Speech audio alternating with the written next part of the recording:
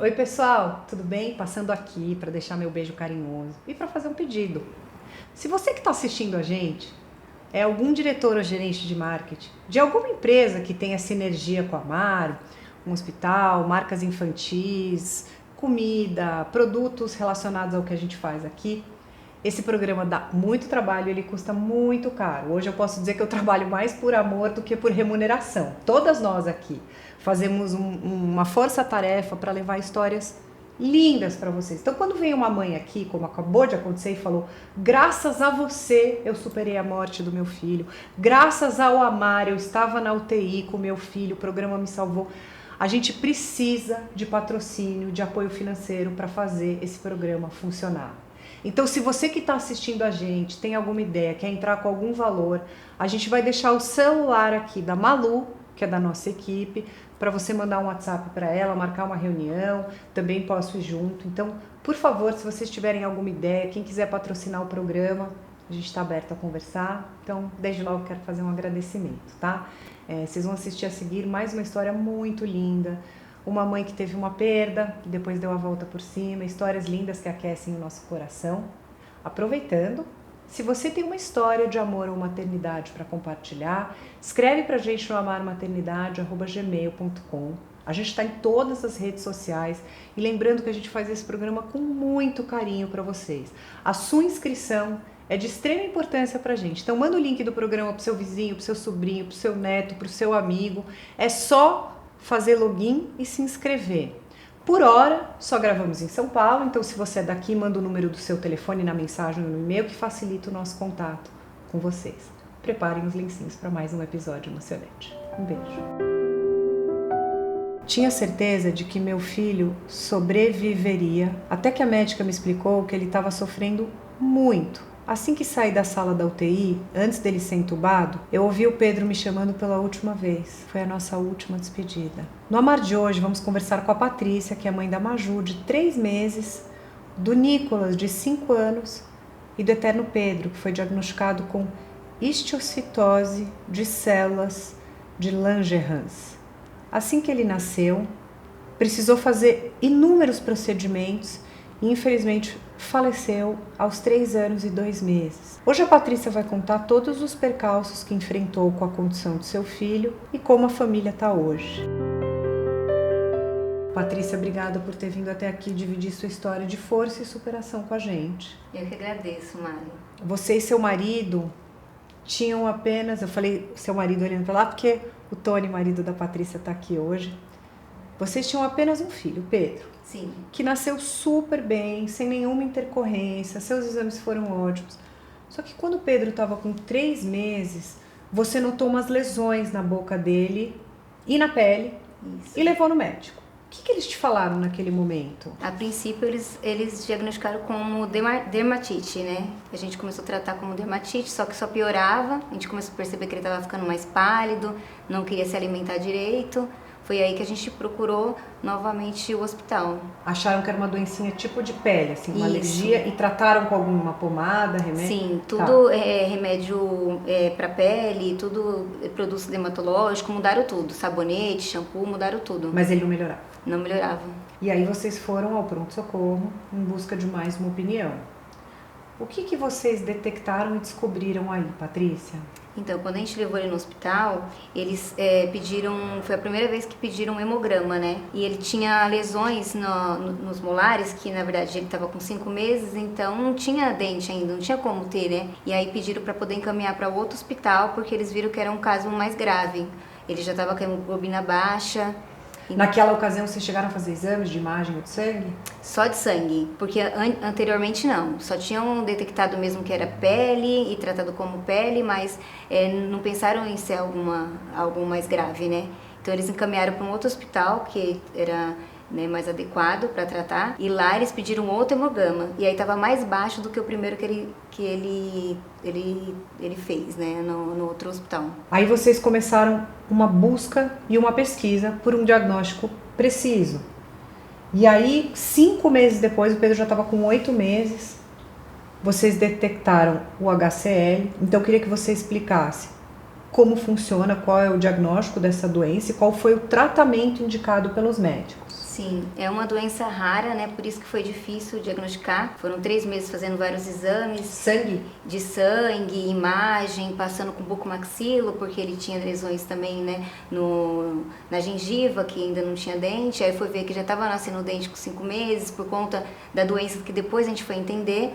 E aí eles já pediram para poder ele internar. Quando veio, fez uma biópsia de pele, que eles vieram confirmando mesmo que realmente é uma doença. Ela falou, eu preciso pedir uma histoquímica, que é um exame profundo para ter certeza. Aí ela, assim que foi detectado, da clínica mesmo, eu já fui internar. Ele ficou no Hospital da Luz, né? E eles já internaram para colocar um catéter já para começar a quimioterapia. Ele começou a quimioterapia com 8 meses. Explica o que é a HCL, como funciona, o que implica e o prognóstico. Sim, é uma doença rara, é histiocytose de células de Langerhans. É uma doença, não é um câncer, é uma doença multissistêmica, ela é tratada com quimioterapia, mas é uma doença que ela pode acometer vários órgãos, né? Infelizmente ele teve bastante comprometimento dos órgãos, baço aumentado, fígado aumentado, ele teve derrame pleural, derrame pericárdico, líquido no abdômen, assim, no tempo de tratamento, nesses 3 anos que ele teve de tratamento, foi tendo essas intercorrências. Dentro desse quadro, qual é o tratamento que os médicos indicam? Ainda mais na época ele tinha 8 meses. Eles te falavam o prognóstico de vida? Como é que trata o HCL? A princípio ela falou que é uma doença rara, só que não era uma doença assim que tinha tratamento. Não tinha cura, mas tinha tratamento. Então não me colocou medo, né, de perder ele. Ela falou que era uma doença tratável. Né, mas é uma doença, como toda doença rara, a gente não sabe, né, falar que ele ia conseguir passar por tudo isso e ia ser curado, né? Ela só falou que era uma doença rara e que ia começar o tratamento, mas que o prognóstico era bom. Quando o Pedro estava com 8 meses, ele foi internado e a doença começou a ficar mais controlada. Aí quando ele fez 1 ano, ele teve uma piora significativa. O que aconteceu, Patrícia? A doença voltou. E voltou pior do que quando foi diagnosticado. Foi quando ele ficou alguns meses na UTI. Eu tinha transferido para um outro hospital, que era um hospital. Eu saí do hospital particular, fui para um hospital público, porque tinham mais médicos, era um hospital escola. Só que ele começou a ficar muito ruim, aí eu quis voltar. Eu quis voltar para a médica que tratou ele desde os 5 meses, que é a doutora Franciane Benica, que ela não foi só uma médica, né? Eu sempre falo que ela marcou nossas vidas porque ela tinha um amor. Antes de vir pra cá, eu conversei com ela, que viria contar a história dele, pedi autorização para falar sobre ela. Ela falou assim, não, o Pedrinho, ele nunca foi só um paciente. Ai, que amor. Ele foi mais que isso. E ela foi muito humana, né? Como muda, né? Quando o médico é humano, quando o médico dá uma notícia de forma brusca. Isso muda tudo. Muda para os pais. Até acho que mesmo a criança sendo um bebê, ela sente. Como tem médicos que têm amor por essa profissão, que nasceram para isso, que dão uma luz, né? Tô falando isso pelas mães que contam a história aqui pra gente. Eu te perguntei aqui da piora, dos 8 meses a 1 ano, como eram essas sessões de quimio? Ele estava em casa? Explica um pouco melhor pra gente. Sim. Quando essa doença voltou, ele ficou internado, foi quando ele teve esse derrame pericárdico, que é no coração, derrame pleural, fungo no pulmão. Ele teve tudo que a doença poderia dar, ele teve. Então, assim, a gente quase perdeu ele. Tem algumas fotos que ele estava internado, estava bem inchado.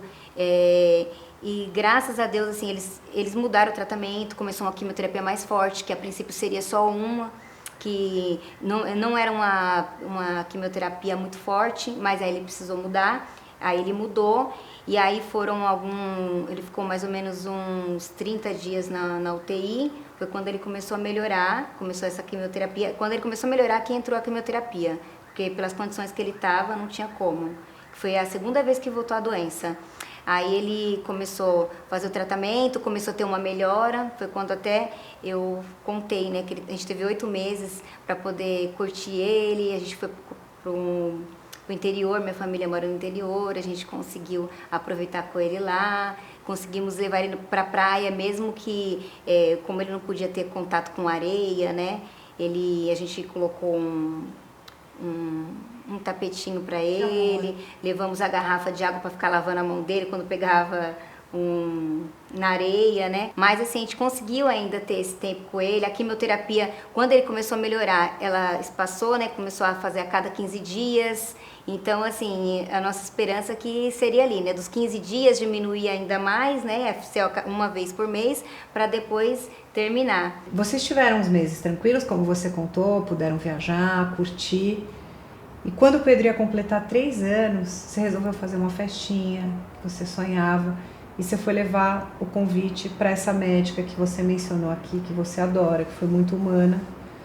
E aí você teve uma notícia muito, muito triste. O que aconteceu e por que ela te deu essa notícia? Então, ele estava, na verdade, ele estava internado, né? E ela pediu alguns exames para ele fazer, porque ela começou a perceber que ele estava caindo hemoglobina de novo. Só que assim, a gente nunca imaginava, né, que seria a doença voltando. E aí ela não estava no hospital, ela quis falar pessoalmente pra gente, não deixou um outro médico falar. E aí eu chamei meu esposo, liguei pra ele, falei pra ele ir pro hospital. E eu já tava com o convite separado para entregar para ela, que é o primeiro aniversário que a gente fazia para ele, né, que a gente fez para ele de uma festa, no buffet, tudo do jeito que a gente sonhava. E aí ela veio, conversou com a gente, falou que infelizmente a doença tinha voltado, só que tinha voltado infiltrado na medula. Nossa. E ela falou assim, ó, se eu falo pra vocês que eu sei que caminho eu vou tomar agora relacionado ao tratamento, eu não sei, porque ele não aguenta mudar uma quimioterapia que seria, né, o indicado mudar pra uma quimioterapia mais forte, só que ele não aguentava pelo jeito que ele tava. Ela falou, se eu falar pra você que eu sei o que fazer, eu não sei, mas eu vou lutar pelo nosso menino. O que eu puder fazer, eu vou fazer. Foi aí que ela começou a procurar, né, um tratamento que poderia ser adequado para ele, conversar com outros médicos. E eu também falei, não vou ficar de braços cruzados. Patrícia, mesmo com esse diagnóstico aí, notícia terrível que a médica te deu, você não desistiu, não deixou de ter fé. Você foi buscar, pesquisar alguma alternativa. E aí nas suas pesquisas você descobriu um medicamento argentino que poderia controlar a doença. Aí você fez uma página na internet para arrecadar fundos para ir até a Argentina conseguir a medicação. Então eu queria que você contasse o que era essa medicação, você podia trazer ela no avião, como que você conseguiu ir?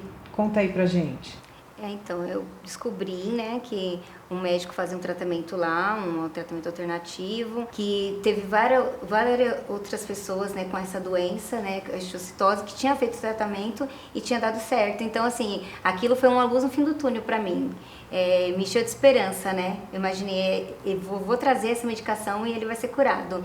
Foi aí que eu fiz a página. Eu sempre fui muito reservada nunca fui de mostrar ele recebendo transfusão de sangue, nunca fui quando eu postava foto dele no hospital, era ele brincando, nunca gostei de postar. Só que eu cheguei num momento que eu sabia que não conseguiria sozinha. Entendi. Que eu precisaria da ajuda de outras pessoas, porque eu precisaria ir para Argentina, teria que ficar lá, teria que comprar medicação que também não era uma medicação barata. O que era essa medicação e como que você trouxe? Então, eu pude trazer no avião. É fitoterápico, não era nada assim muito forte, né? Mas que tinha uns bons resultados nas pesquisas, né? E nos tratamentos que tinha feito. Mas eu consegui trazer, era um líquido que ele ingeria, né? E daria para trazer tranquilamente, consegui trazer tranquilamente. E aí, quando você arrecadou fundos, as pessoas te ajudaram? Nossa, muita gente me ajudou, pessoas que eu nunca nem conheci. Que legal. A igreja que eu estava no momento, que eles se levantaram em oração, a minha pastora, meu pastor, eles me ajudaram. Ela foi junto comigo, deixou a família dela aqui, foi junto comigo para a Argentina. Quando eu cheguei na clínica, o médico viu os exames dele, desacreditou, porque assim, ele já estava há alguns meses recebendo sangue, plaqueta todos os dias, de 8 em 8 horas. Os exames dele tudo baixo, o médico falou assim, olha, o exame dele está muito baixo, a gente espera ter uma boa melhora com esse tratamento, mas eu não posso dar certeza para você. E o estado do Pedro estava cada vez mais grave, e aí em pouco tempo, mesmo com a medicação fitoterápica que você trouxe, ele teve uma grande piora e as coisas começaram a ficar muito difíceis. E aí o Pedro foi para UTI, estava com a saturação muito baixa. Como é que foi esse momento, Patrícia? Então, ele passou o dia muito mal, né, no quarto. Ele tinha feito um procedimento os 2 dias antes, de lá ele foi para UTI, aí ele ficou uns 2 dias na UTI e subiu pro quarto. No quarto, a gente começou a perceber essa piora dele ficar mais inchado, dele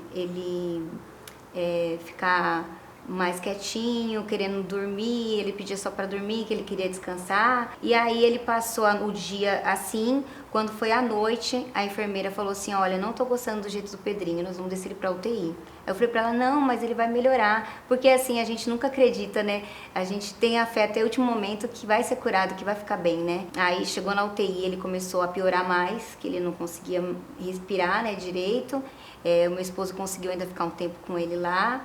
Foi quando o estado dele começou a se agravar. Quando chega na UTI, eles fazem vários exames, a gente espera ela do lado lá de fora. A gente conseguiu ter um tempo com ele, meu esposo conseguiu ter um tempo com ele ainda, mas ele precisou ir embora e fiquei com ele lá. Aí eu até falo que foi os piores momentos da minha vida, né? Porque era só eu e ele lá, ele tentava respirar, não conseguia, e era 3 horas da manhã, eu liguei para minha mãe pedindo pra minha mãe estar orando por ele. Eu já tava virada, né, porque ele tinha vindo da UTI, tava no quarto, já tava virada. O corpo queria dormir, mas eu não queria, porque o meu medo era dormir e quando eu acordasse ele tava morto, né, não queria presenciar isso. Então eu começava a balançar o berço, chamar ele para ele não dormir, porque eu percebia que ele dormia, ele tava no oxigênio já no último, mas quando ele dormia, caía mais. Quando eu comecei a perceber que estava ficando pior, eu chamava as enfermeiras, elas, não, é assim mesmo, você vai começar a se preocupar quando a saturação começar a chegar no 84, começar a descer mais que isso, aí você começa a se preocupar, mas agora é isso mesmo. Aí quando eu comecei a perceber que ele começou a cair a saturação, eu mandei mensagem para a médica, já era um domingo, madrugada de um domingo, né? E eu falei pra ela, eram umas 4 e pouco da manhã, eu falei, doutora, o Pedro tá... Contei, né, como ele estava. Ela falou assim, olha, daqui a pouco eu tô aí. E mesmo no domingo, era 5 e pouco da manhã, ela chegou lá. Eu acreditava assim, que ela ia chegar, porque teve outras vezes, como a segunda vez que voltou a doença, que ele ficou bem mal, bem inchado, ficou na UTI, e a gente quase perdeu ele. Eu achava que ia ser a mesma coisa, que ela ia chegar, ela ia mudar, porque ela chegava, ela era assim, vamos mudar a medicação, vamos fazer isso, vamos fazer... E mudava tudo, ele melhorava. Eu achava que ia ser isso. Não imaginava que seria os últimos momentos dele. E aí quando ela chegou, que ela olhou pra mim, ela falou assim, ele tá sofrendo. Pelo amor que eu tenho por vocês, pelo respeito, eu quero saber o que você quer que eu faça. Eu acredito que ela foi humana, né? Ela foi humana nessa questão de perguntar. Só que assim, como que eu decidiria, né? Foi aí que a médica da UTI entrou e falou, mãe, sai que a gente vai entubar ele. Eu nunca gostei de despedida, mesmo ele fez vários procedimentos, ele passou por muita coisa. E eu nunca gostei de despedida. Quando ele entrava no centro cirúrgico, eu só dava tchau pra ele. Daqui a pouco a mamãe te encontra. E quando eu tava saindo da sala, ele falou pra mim, mamãe, foi a última vez que eu ouvi meu filho falar. E aí eu olhei pra trás, mas também não fui despedir dele. Eu não me arrependo, né? Porque eu acredito que não é uma despedida, né? Eu acredito que a gente está nesse mundo que é passageiro, né? Nossa esperança é de um reencontro, né? Mas assim, também não imaginava que, mesmo assim, eu não acreditava que seria a última vez que eu falaria com ele ali. E aí eu saí daquela sala, eu comecei a pedir para as pessoas que estavam lá para orar comigo, para que desse certo, porque elas falaram para mim assim, ó, a gente vai fazer tudo que é possível para conseguir entubar, para ele ter mais tempo. Mas eu não posso falar para você que vai dar certo, não posso falar, mas o que eu puder fazer, eu vou fazer. Foi na hora que eu saí.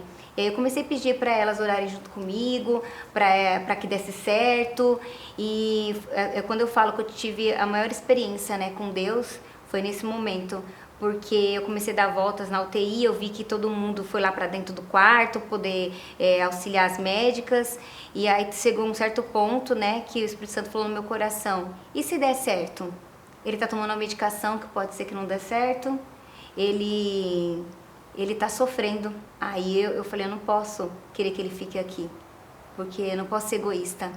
Porque chegou um ponto que eu vi que realmente ele estava sofrendo. Não dava da onde ele estava, da situação que ele estava, não tinha como. Ou ele seria curado, aconteceria um milagre e ele seria curado, ou o Senhor levava ele, porque não dava mais para ficar. Eu sempre falo, né, que tinha que ter uma lei universal de Deus, que pais não perdem filhos. Isso foge da nossa compreensão, né, Patrícia? Isso Eu sinto tanto, muito pela sua perda. Obviamente você e seu marido ficaram destruídos, né? A perda do Pedro, até então era seu único filho. Alguns meses depois que o Pedro partiu, você recebeu uma notícia que alegrou o coração de vocês, né, Patrícia? Foi um momento muito especial, né? Porque quando eu tinha o Pedro, eu falava que não teria outro filho, que eu ia viver para cuidar dele, né? Que ele precisava de mim. E no dia que eu perdi ele, um pastor falou para mim assim, ó, eu vejo um relógio e vejo uma hora marcada. Pastor Paulo. E ele falou assim, eu vejo um relógio, uma hora marcada, não vai demorar muito, Deus vai dar um grande presente para vocês, por amor e cuidado que vocês tiveram com o Pedro. Vocês podem pensar assim, mas o Pedro era meu filho, por isso que eu cuidava, mas antes de ser de vocês, ele era de Deus. E aí eu já olhei pro meu esposo e falei para ele, você achou que é a mesma coisa que eu achei? Ele falou, é um filho. Só que eu pensava que, eu falei assim, então vamos tentar a partir do mês que vem, porque ele vai nascer em dezembro, quando o Pedro fazer aniversário. A gente acha uma coisa, né? Mas Deus, os planos de Deus é maiores, né? E melhores que os nossos. Foi aí que a gente começou a tentar. E depois de 4 meses, a gente recebeu essa notícia maravilhosa que foi, assim, uma esperança, né? Nos nossos corações, né? Que nos deu força, né? Que foi a vinda do Nicolas. E o teu bebê arco-íris nasceu, trouxe muita alegria para sua família, Patrícia. E aí, recentemente, você teve uma menininha, Maria Júlia, que tem hoje 3 meses. Conta pra gente, né, Patrícia, como é que foi ser mãe novamente de 2 lindas crianças após a perda irreparável do Pedro? É maravilhoso, né? Porque eu sempre falo assim, que quem não conhece o amor de mãe consegue viver sem ele, porque não sabe o que é ser mãe. Agora, depois que a gente tem um filho, eu acho que eu não ia conseguir viver sem esse amor, né? Que é o que me motiva, né? Eu até mencionei que 80% dos casais que perdem filhos, eles acabam se separando, porque não é fácil.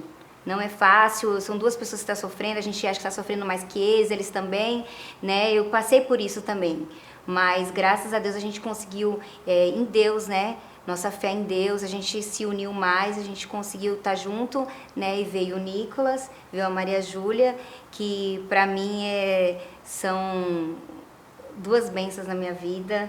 A Maria Júlia veio assim sem a gente esperar, a gente não estava planejando ela, né? Eu planejava não ter mais filhos, ficar só no Nicolas, porque eu tinha muito medo, né? Depois que você tem um filho com uma doença, o Nicolas, eu até tive paz no meu coração de vir ele, porque eu sabia que era para vir mesmo. Mas eu tinha muito medo, eu tinha muita vontade de ter um segundo filho, não ficar só nenhum, né? E ela veio assim, sem esperar, mas graças a Deus veio com muita saúde. Uma menina, que é uma experiência nova, né? Eu tive 2 meninos, uma menina, e tá sendo maravilhoso.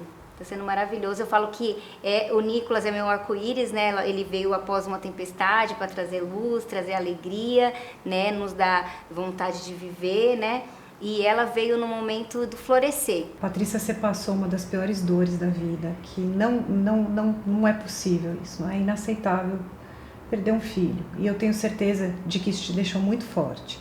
Pensando nisso, o que você diria para a Patrícia do passado, quando não imaginava que ia percorrer todo esse caminho até chegar aqui? Falaria para ela que ela é mais forte do que ela imaginava, que ela ia passar por um momento difícil, mas que seria os melhores anos da vida dela, porque o Pedro, ele viveu 3 anos e 2 meses, mas ele foi feliz, por mais que foi difícil.